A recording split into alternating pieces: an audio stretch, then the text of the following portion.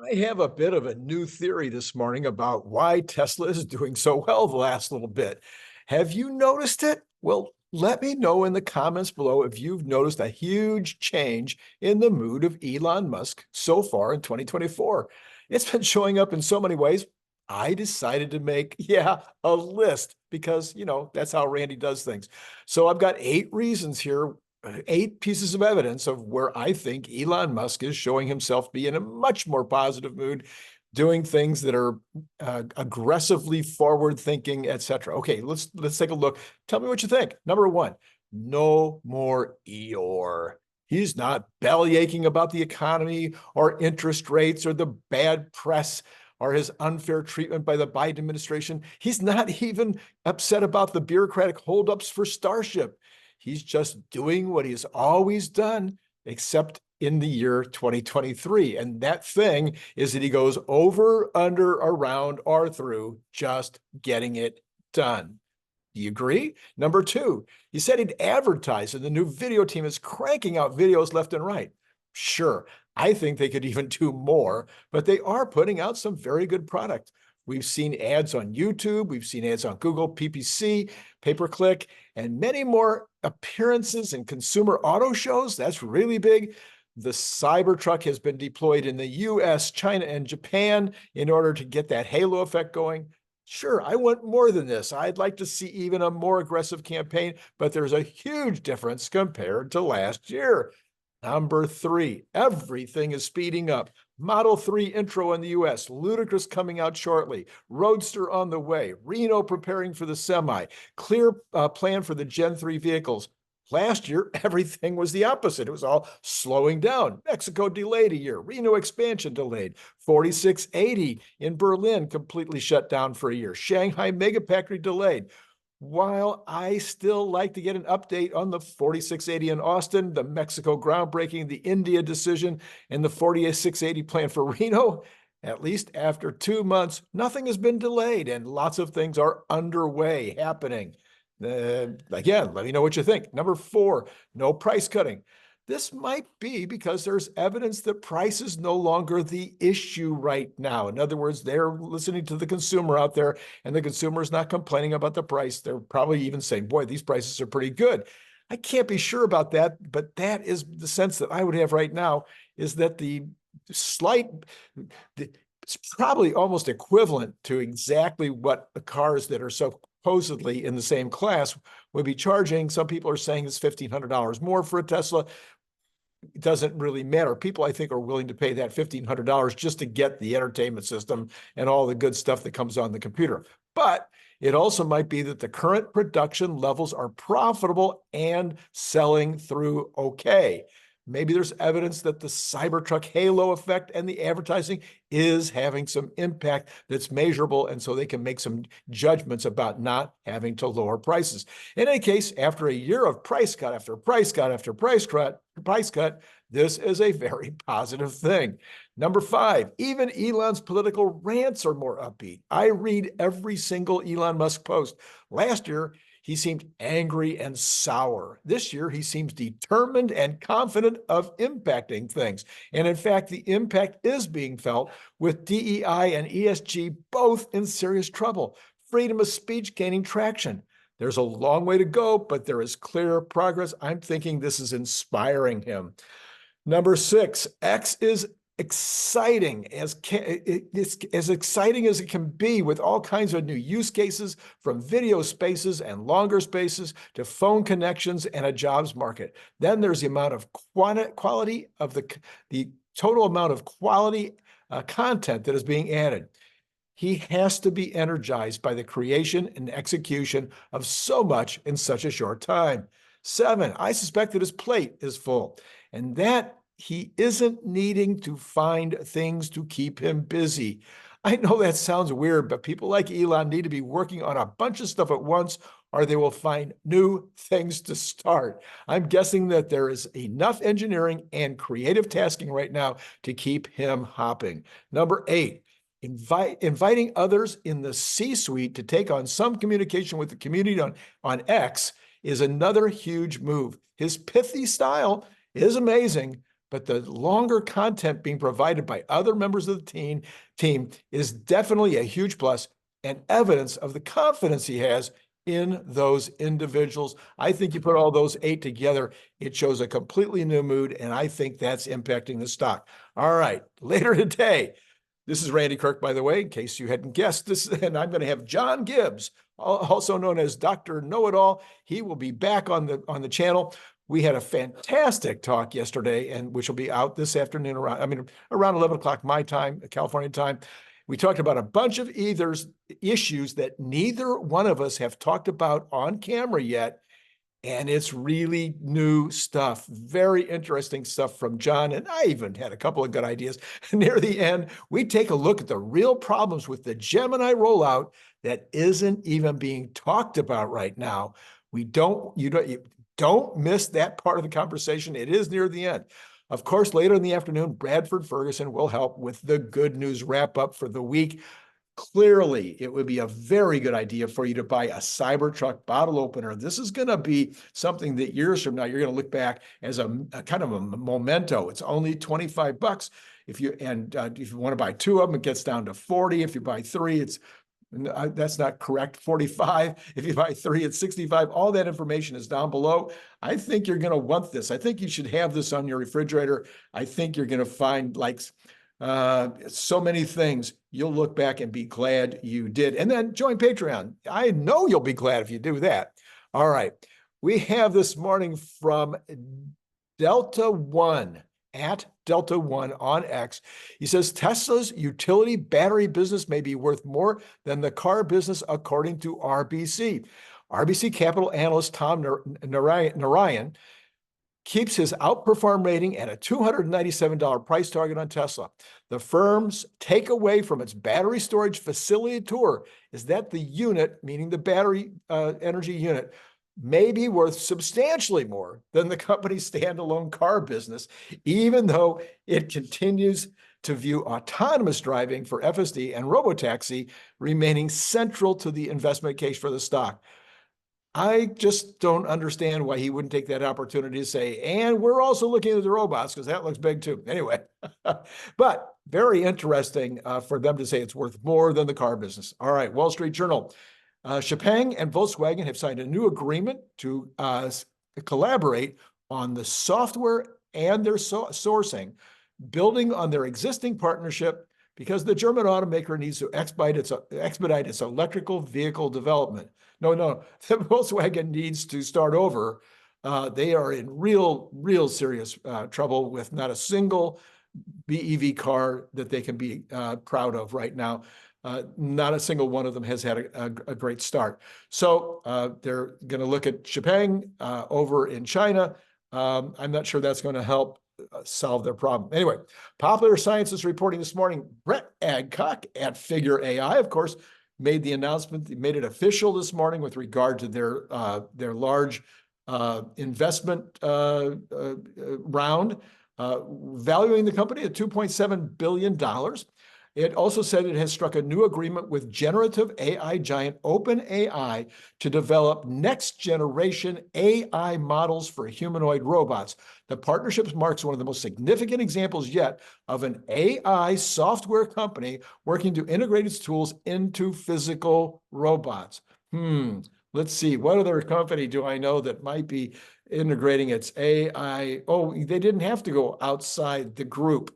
Oh, they could integrate this even within Tesla, or certainly by adding XAI, which is another Elon Musk company. Okay, Figure founder and CEO Brett Adcock described the partnership as a huge milestone for robotics. Eventually, Adcock hopes the partnership with OpenAI will lead to a robot that can work side by side with humans, completing tasks and holding a conversation.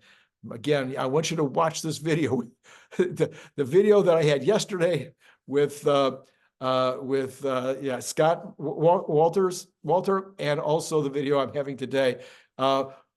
with Dr. Know-It-All, you're going to hear stuff that you just haven't. Anyway, just, watch the videos, okay? By working with OpenAI creators of the world's most popular large language model, Adcock says Figure will be able to further improve the robot's semantic understanding, which would make it more useful in work scenarios. I think it's getting more clear that the humanoid robotics are becoming more and more an engineering problem than it is a research problem, Adcock said. Actually being able to build a humanoid robot and put it into the world of useful work is starting to be possible. Over the long term, Adcock said people interacting with a figure, that's the name of the robot, should be able to speak with a robot in plain language. The robot then can create a list of tasks, complete them autonomously. The partnership with OpenAI could also help the figure robot self-correct and learn from its past mistakes, which should then lead to quicker improvements in tasks. The figure robot already possesses the ability to speak, Adcock says, and can use its cameras to describe what it sees in front of it. It can also describe what may have happened in a given area over a period of time. All right, Elon, time to respond to that one. Is Optimus speaking yet? Is Optimus telling us what's in front of him, et cetera, et cetera? Love to hear more from Elon on that one. He says, we've always planned to come back to robotics. Oh, no, this is not him. This is from OpenAI. AVP of Product and Partnership, Peter Welander, said, we've always planned to come back to robotics, and we see a path with Figure to explore what humanoid robots can achieve when powered by a highly capable multimodal model. Okay, again, later today, my conversation with Dr. Know-It-All. You want to watch that program. Anyway, CPE numbers were all exactly as estimated by the economists. As I've noted before, you can take other existing reports that are already out, and you can pretty accurately come to the PCE. So not surprising when they get this one right compared to everything else that they get so wrong. So 0.4% month over month on core is a really, really bad number. But the market seems to be taking it in stride.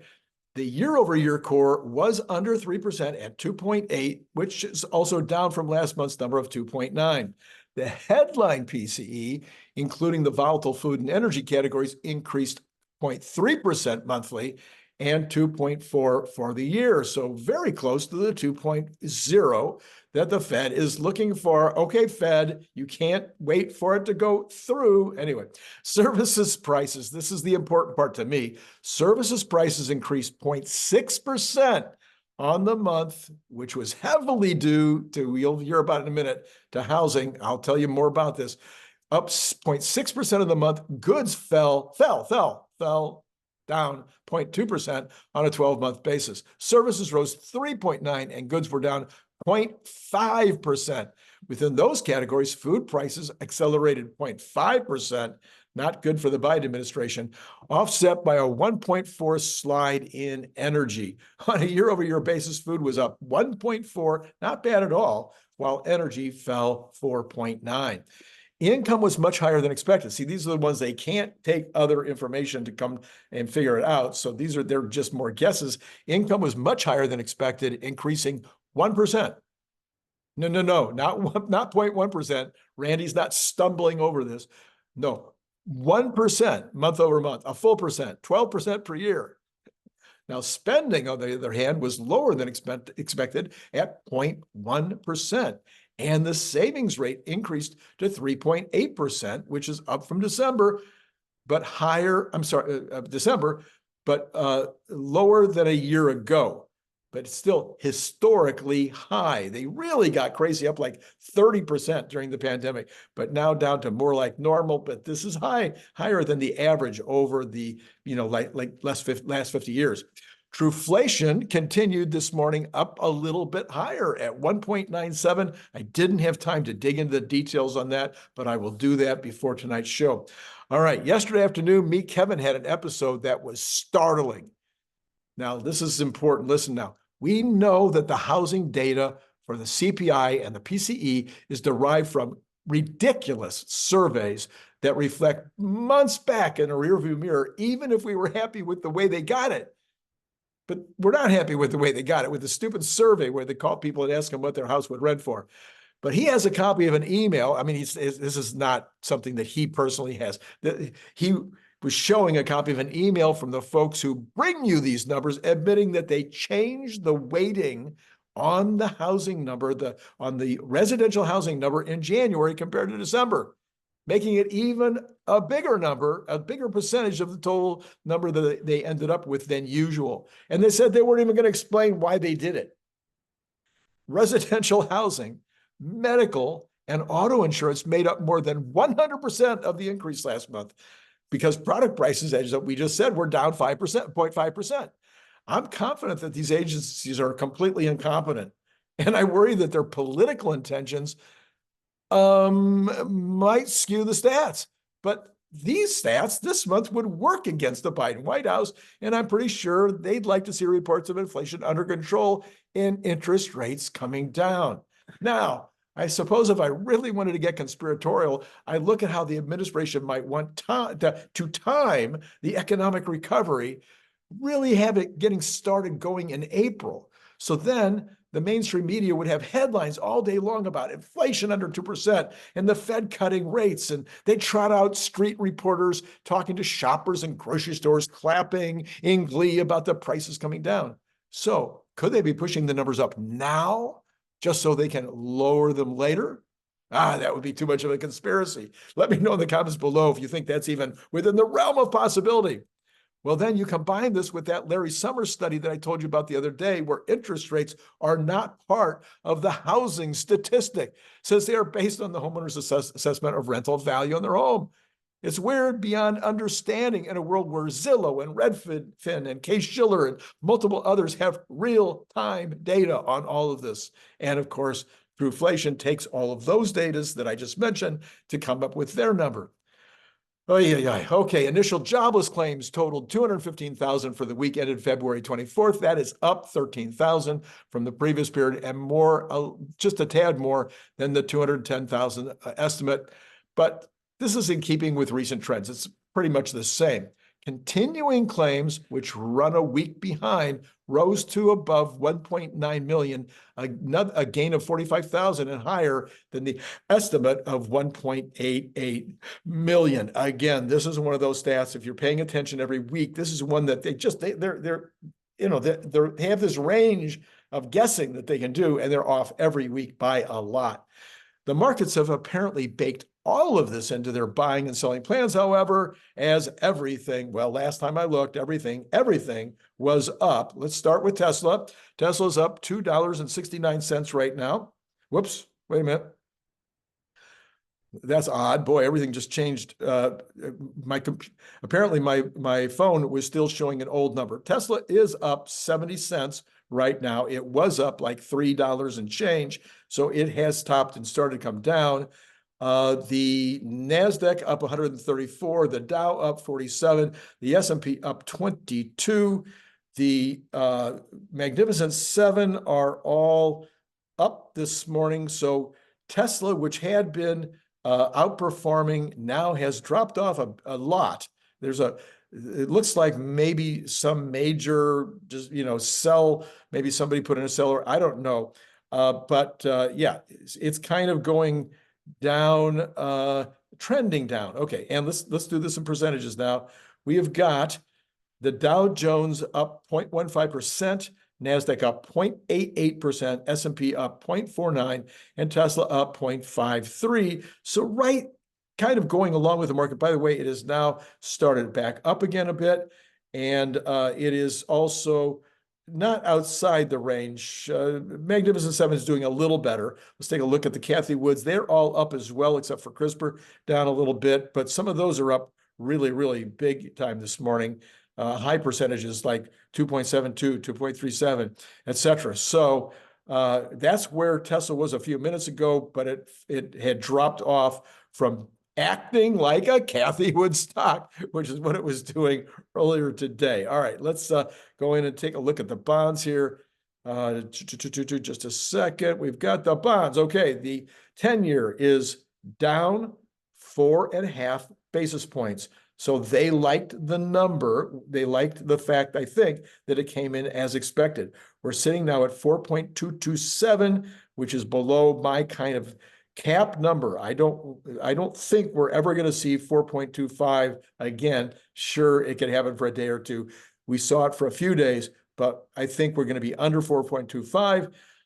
We have got the 2-year not down as much, but it's down up 2.5 basis points. We've got the 2-month also down, but only a 0.5 basis point. Okay, so, and by the way, the trend line on the 10-year is down this morning. It wasn't down as much as it was earlier. Now remember, yields are down. It means the underlying bonds are up. That means people are buying this morning. All right, we have got the oil market buying a little bit. So they're a little positive over in the oil patch, sitting at 78.73, up 19 cents.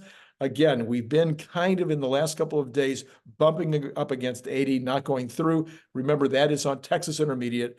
Brent is now about $4. Oh no, almost $5 higher now. So Brent has been slowly moving back to that $5 spread.